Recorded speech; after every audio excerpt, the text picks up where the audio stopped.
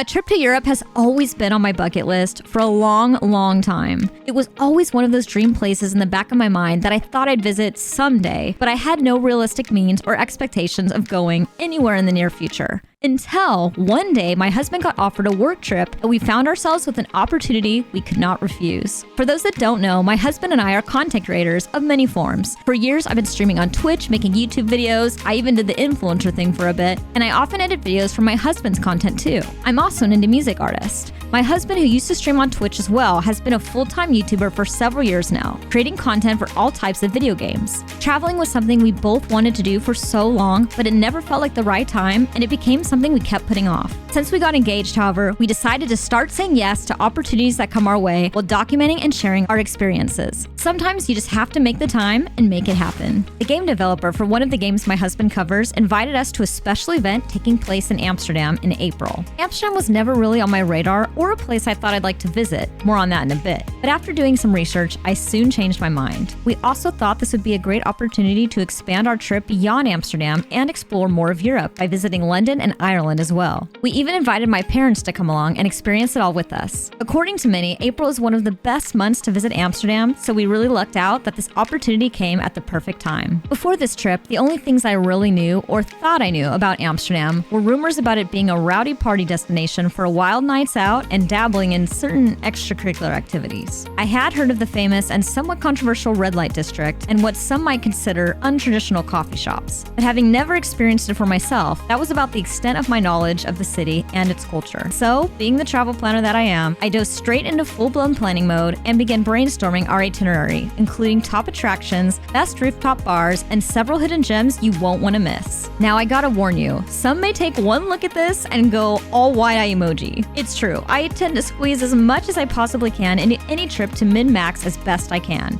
After all, it's impossible to see everything you want, even if you have several days or weeks to spare. It takes careful planning and combing through all the possible combinations to find the perfect balance of leisure, exploration, and culture, and of course, a little excitement. Having already been to what is now one of my favorite places in Europe, I did all the hard work for you, and I've linked my full itinerary in the description and pinned comment below if you'd like to use it as a guide or a starting point for your own trip, or you want to follow along with me as I cover everything we did. I'll go over which things I consider an absolute must and which I highly recommend you skip. Keep watching to see what went wrong, what went right, and if we made it to everything on my list, while I share some helpful tips and fun facts I learned along the way. Like, ever wonder how many bottles Heineken produces in a single day? Let me know your best guess in the comments below, and I'll answer that and more in just a bit. Amsterdam is the capital and most populated city of the Netherlands, known for its bikes, elaborate canal system, and its quaint, narrow houses. The Netherlands is shaped sort of like a mitten. We, funny enough, have a similar shaped state called Michigan in the US. The Netherlands is roughly half the size of the state of Michigan in the US. Flying out of Orange County, California, we had a short layover in Chicago, and after a full day of travel and a slightly steep time change, we landed in Amsterdam shortly after 9 a.m. A short 20-minute Uber, and we arrived at our hotel, Monet Garden. And this is a hotel I cannot recommend enough. It's a 4-star boutique hotel in the perfect location, right in the heart of Amsterdam, in city center, making it super easy to walk almost everywhere with plenty of restaurants, attractions, and museums nearby. The nearest metro stop, Waterloopen, connecting Central Station, is only a 5-minute walk. By the way, none of these pictures or activities are sponsored. All opinions are my own and based solely on my experiences. A breakfast buffet was included with our stay, and the coffee alone was incredible. The warm, inviting feel and aesthetics of this charming hotel made our stay all the more enjoyable. There were umbrellas ready by the door in case it rained, and there was a cozy fireplace already lit by the lobby bar. It's all about the details. Speaking of cozy, did you know the Dutch have a word that can be translated as coziness? Gezellig Derives from the word gezel, which means friend, companion, or camaraderie, and to my understanding means taking time to enjoy something or a moment with someone without rushing it. In the US, I think it can best be compared to our idea of romanticizing your life.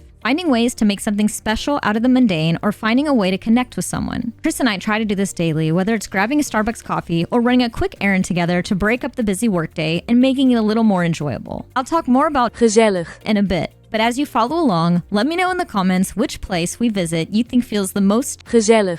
Our room at Monet Garden had a gorgeous view of the canals, comfy robes, and more coffee. As you may have guessed, my husband and I are big coffee lovers, so you may notice coffee making a routine cameo in our videos. The staff at Monet Garden was extremely friendly and went above and beyond. We were greeted with cappuccinos on arrival, and they even let us store our luggage in their office until our room was ready, since we arrived well before check-in. I would absolutely recommend this hotel and would gladly stay here again. 10 out of 10. By the way, huge tip. Be sure to always book direct. At Monet Garden, we stayed 3 nights in a double room with a canal view for around $250 a night through Expedia, but we wish we would have learned about this tip sooner. While planning the rest of our trip to Europe, we found we always got the best rate when we booked directly through the hotel website, and some hotels even offer an extra discount when you book through their app. We were able to save 20% on some hotels by saving 10% when we booked direct, and then an additional 10% when we booked on our phone. Don't fall for the traveler tourist trap and book through a deal site with their added fees. Always book direct. Stepping out of our hotel as we headed to our first stop on my list, I was immediately overwhelmed by the stunning canals and quaint dining spots we passed at every turn. Everywhere you looked felt like a postcard or a film set. It was that beautiful. I tried my best to balance both a fair amount of documenting while also taking time to simply enjoy the moment. The first place I had on our itinerary was a little cafe called Café In De Waag,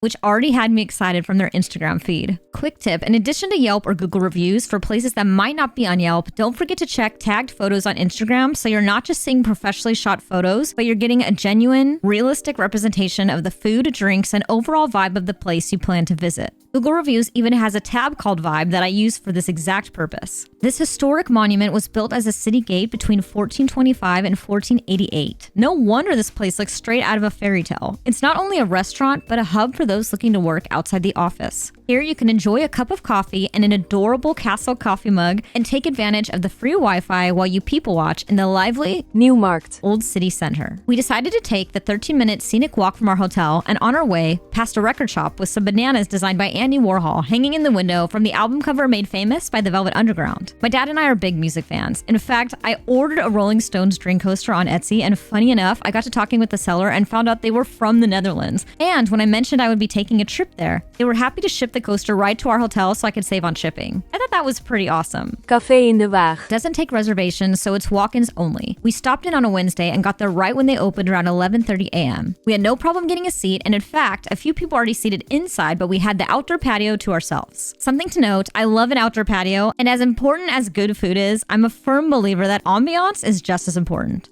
We tried the recommended ham toasty with a side of Dutch fried fries. Chris loves sour snacks, so he was all in. And I, of course, got a coffee. If you want to avoid the crowds, consider popping in when they first open. But if you want to experience a more lively scene, I suggest coming in a little later. And be sure to check out their indoor ambiance as well. I give the food a 7, the service an 8, and the atmosphere a 9. The price range is about $2 signs, and by the way, the currency in the Netherlands is the euro. Quick tip. On Google, you can easily convert any currency to find out how much something costs in the currency you're used to. Next, we headed towards Centraal Station, where we had a boat cruise booked through TripAdvisor with unlimited wine and cheese. It had started to rain, but luckily we brought umbrellas along just in case, and they definitely came in handy on this trip. So another tip here, if you can pack a lightweight travel umbrella with you, do it. It tends to rain off and on pretty regularly, and the weather can be unpredictable. Luckily, our cruise boat was covered. I highly recommend this activity, by the way. It's a 1-hour guided tour through Flagship Amsterdam, and the hosts are fantastic. They're friendly, funny, and super enthusiastic while they share a ton of fun facts. Speaking of, did you know Amsterdam has more bikes than people? In fact, on our walk here, it was impossible not to notice just how common it is to ride your bike around Amsterdam. And it's also important to note it can be quite dangerous for pedestrians, especially tourists who aren't used to having to look out for bikers going full speed through busy intersections like it's nothing. This is actually a huge safety tip to remember when you're walking around lost in conversation or casually pulling out your phone to take a pic. Do not stand in the middle of the street where you might stop right in front of a biker who won't have a chance to swerve out of the way before running straight into you. You might think this is common sense, but it happens more often than you think.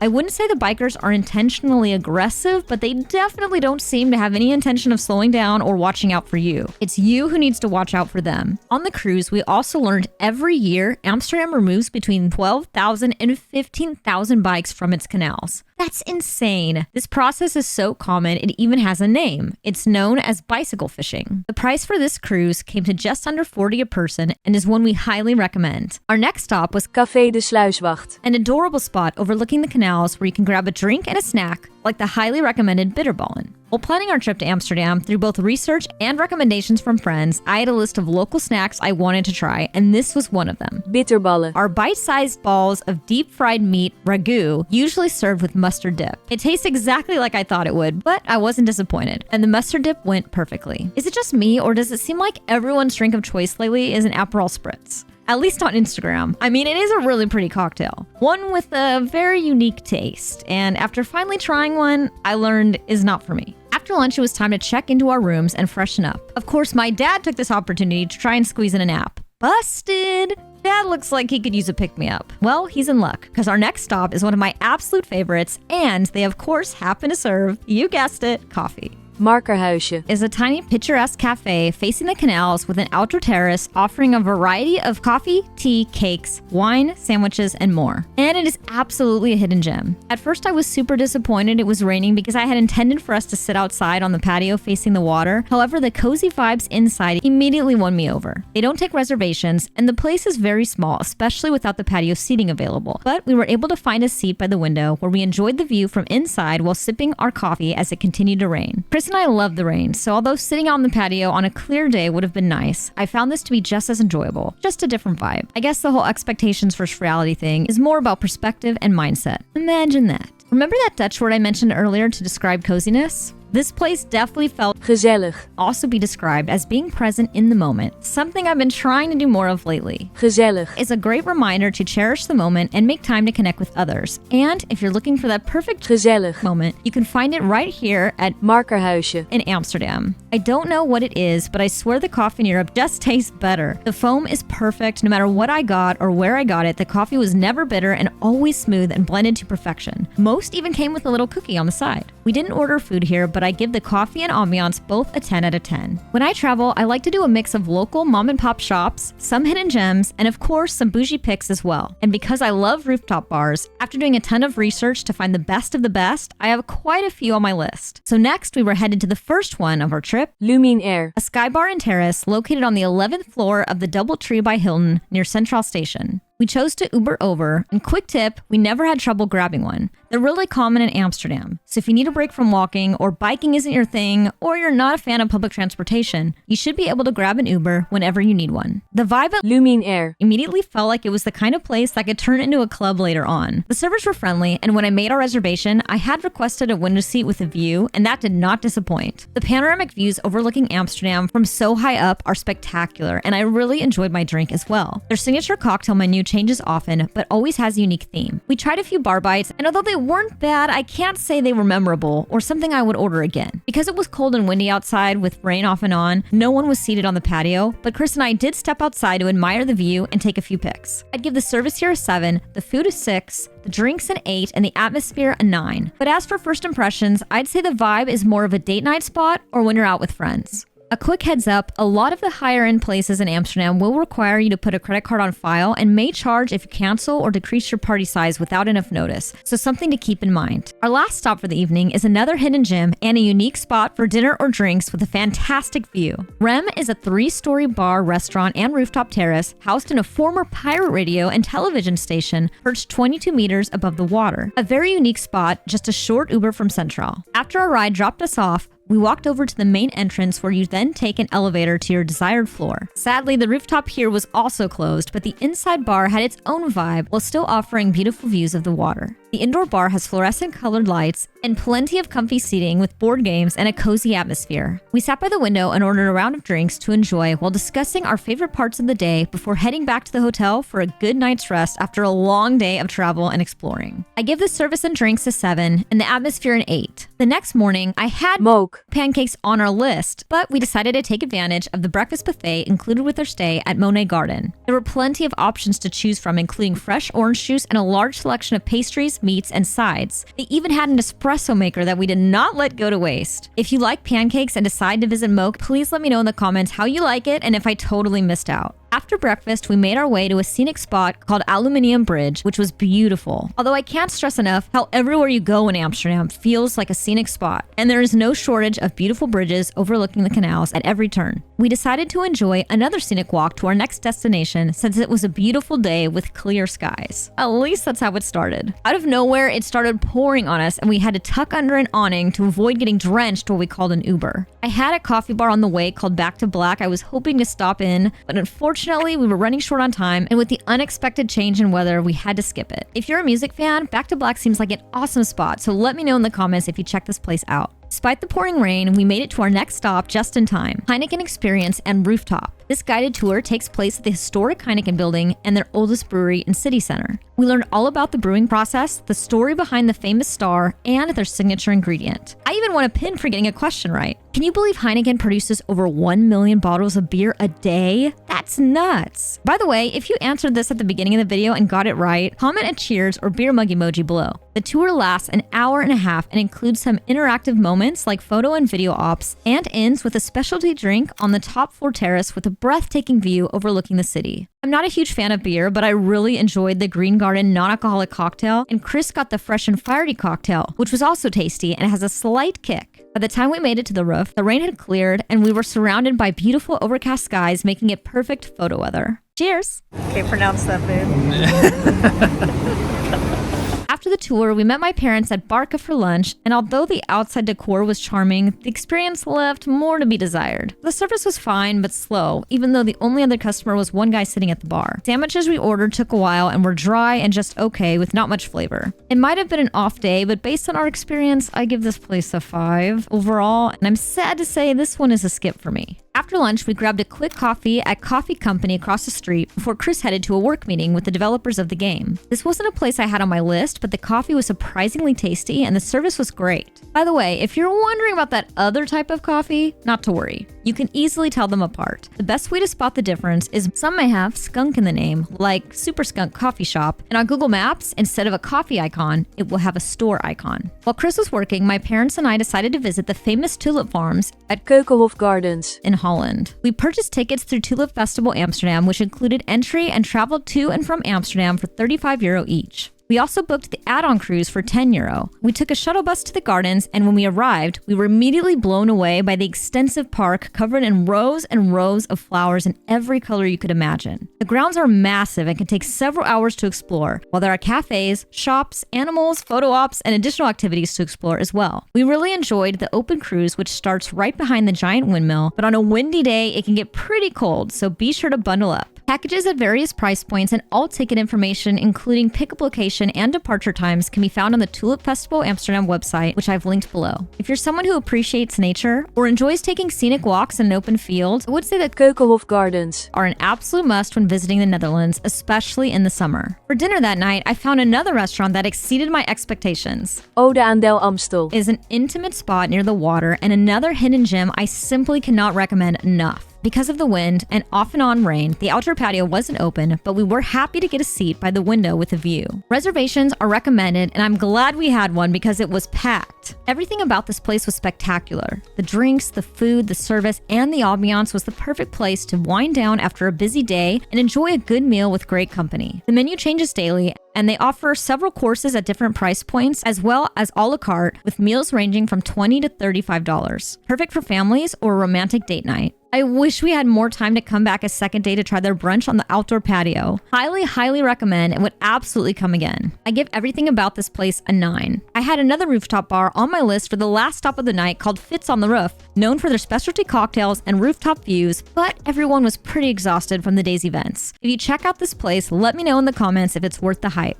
For brunch the next day, I found another hidden gem in a place you'd least expect. Blue Amsterdam is a cafe and restaurant located on the 3rd floor of the Calvertoren shopping center. That's right, this 360-degree view of Amsterdam is literally on top of a mall. While sipping a mimosa or a chilled iced coffee, you can view the Rijksmuseum, the Royal Palace on Dam Square, the Flower Market, and more. Blue Amsterdam is open 7 days a week, and they do take reservations, but only until noon. Like many places in Amsterdam, the menu changes often, but they offer a variety of snacks, desserts, and more. When we were there, I got to try another thing on my list, a Dutch croquette. A croquette is a deep-fried roll filled with meat ragu, similar to bitterballen, but with a slightly different shape. This seems like an ideal spot to have a business meeting with a new client or a cool place to set up your laptop for the day and work outside the office. It's such a unique spot, I definitely recommend checking it out, and the 360-degree view is pretty amazing. I give the service, food, and drinks a 7 and the view an 8. After brunch, we had time for one more stop before Chris and I had to head to a venue called Sugar Factory that was hosting his work event. Another Amsterdam favorite I was told was a must-try, the Stroopwafel.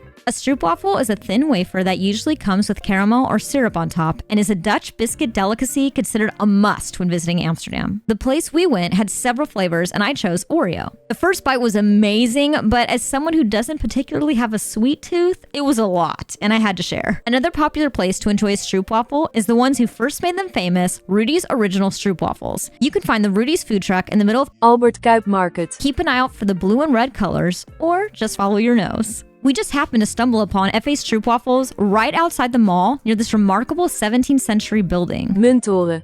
Mint Tower. Was built between 1480 and 1487, and this incredible piece of history was part of a medieval city wall. It contains 38 bells that chime every 15 minutes and is truly one of the coolest sights you'll see in the city. Next to the tower in the attached building, you'll find Heinen Delft's Blauw de Munt. A shop selling traditional hand-painted Delft blue pottery with unique craftsmanship. And they even offer classes where you can learn this special technique from a professional painter and even take home your own blue tile. Had I known about this sooner, this definitely would have been on my list and something I look forward to trying on my next visit. For those interested, I've included a TripAdvisor link with more info on this class. After work, we met up with my parents at yet another rooftop bar called Zoku Greenhouse. Out of all the cool restaurants we went to in Amsterdam, this has got to be the most unique. Zoku is a multi-level building offering restaurants, workspaces, extended stays, and stunning views in the center of the Canal district. In Los Angeles, we have something called WeWork that offers a similar concept of blending work and community. But there are several things that make Zoku unique. Not only is it the perfect place to work remote, hold a meeting, or go for a bite with friends, it's also equipped for those looking to relocate, whether it's for a few weeks or even a few months. When you first enter the lobby, you could take the elevator to the rooftop restaurant where you can view the indoor bar and lounge area that doubles as a workspace. Step onto the outdoor patio with city views, or enjoy a scenic view from the indoor open restaurant where you can watch the chefs prepare your meal. Down the hall is more workspaces and a bathroom, all equipped with spacious windows showcasing gorgeous views in every direction. The greenhouse has several secluded tables that would make the perfect space to hold a private work meeting or a special event like a birthday celebration. And on a clear day when the weather is perfect, it could be pretty hard to beat. This quickly became another one of my favorite spots on our trip. The service was great and the drinks were on point, while the views and overall ambiance were the perfect mix and everything you want for a rooftop bar experience. We shared a round of drinks on the terrace, then came inside for some shared bites and a little something from the staff to celebrate our engagement. So sweet. I give the drinks, service, and food all at 8 and the ambiance a 9. After another work event, we decided to spend our last day in Amsterdam soaking up the sun and exploring more of the city, admiring the endless canals and historic buildings. As much as I love to plan, I always set aside at least one day for spontaneous adventure because more often than not, sometimes the places you randomly stumble upon can end up being some of the best finds of the trip. Of course, no trip is complete without me leaving a little evidence behind that I was here.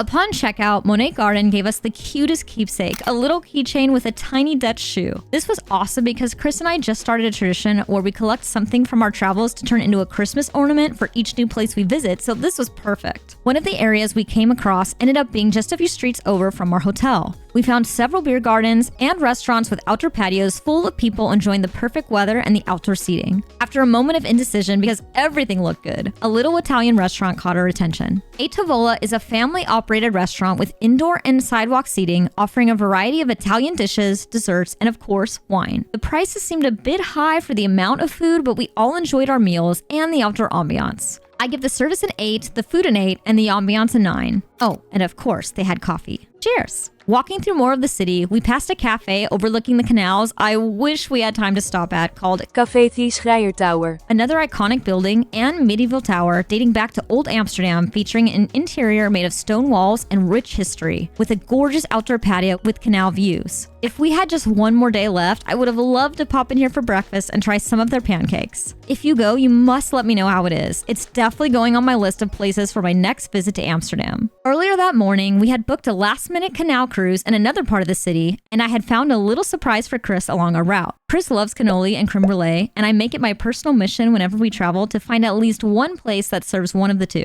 Le Bordel is a tiny hidden gem tucked away in a small alley in the middle of a bustling street full of restaurants and shops near the canals. It's the perfect place to take a moment to share a savory sweet or take one to go. They even offer catering as well. The manager went above and beyond to make us feel welcome, and you could feel his passion for his business and his love for his customers and the community. After a little indulgence, we were about to head out when I saw the pastry case being stocked with some fresh pistachio cannoli, Chris's favorite. So when he went in the bathroom, I sneakily purchased one for another little surprise to enjoy during the cruise. This time, we booked through Booking.com, and it was easy to spot the crew and boat all in bright orange. It was pretty packed, and unfortunately, there was not a live guide, although audio was an option. We always prefer the live guides, but for one last cruise around the canals, we couldn't have asked for better weather, and Chris was super excited for his surprise cannoli. The cruise lasted 1 hour and made multiple stops for optional departure. Tickets were on sale for just under $17 a piece, which I think is a fair price, although I do think more people would be willing to pay closer to $20 for a live guide and a more memorable experience. Before our trip, I had downloaded Google Translate, anticipating I would be using it everywhere, but to my surprise, almost everyone spoke English. I never had an issue communicating, and the only time I did use Google Translate was when hovering over a menu, which by the way is so cool. Just open the app on your phone, click on the camera, and hover over any text to translate it instantly for you.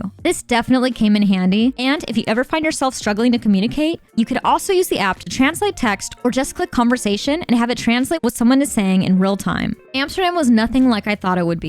It was better in every way. The people, the food, the ambiance, the views. But the weather can be unpredictable, so it's best to wear layers and come prepared. Uber is easily accessible, although they are a bit aggressive, and do not underestimate the bikers. Oh, and be sure to bring a power converter for your devices. Reservations are highly recommended, especially if it's a popular place, and take advantage of activities, especially if they offer a live guide. Don't forget to book direct for hotels. And remember, the red light district and skunk coffee can easily be avoided. Almost everyone speaks English, and you can easily use your phone to pay just about everywhere. This was a great family trip, but I could just as easily see it being a great place to take a girls' trip with friends or a romantic getaway. Most of all, it made me realize you really can't judge a place based on what people say about it. Sometimes you just have to go and experience it for yourself. Amsterdam is so much more than its reputation for the infamous street and the lax substance regulations. It's a place of art, community, and culture. It definitely gave me all the Gezellig feels, and I already can't wait to go back. By the way, which place felt the most Gezellig to you? Is there anywhere I missed? Let me know in the comments below. As with any vacation, it was impossible to see every place on my list, and there are a few I missed, like De 9 straatjes. the 9 streets, that I really hope to see next time I find myself in Amsterdam. Let me know in the comments if Amsterdam is on your bucket list, and if you found this video helpful, please give it a like and share it with a friend, and don't forget to subscribe. Well, it's time to pick up our luggage and head to the airport because we've got a flight to catch. We're off to the next leg of our European destination, Ireland. But will I get blown away by the intense winds? Will we get lost on the tiny dirt roads? Will we make it to the top of the cliffs of Monet? And will I get a chance to pet a real Irish cow? Find out in our next adventure, popping up on screen right now.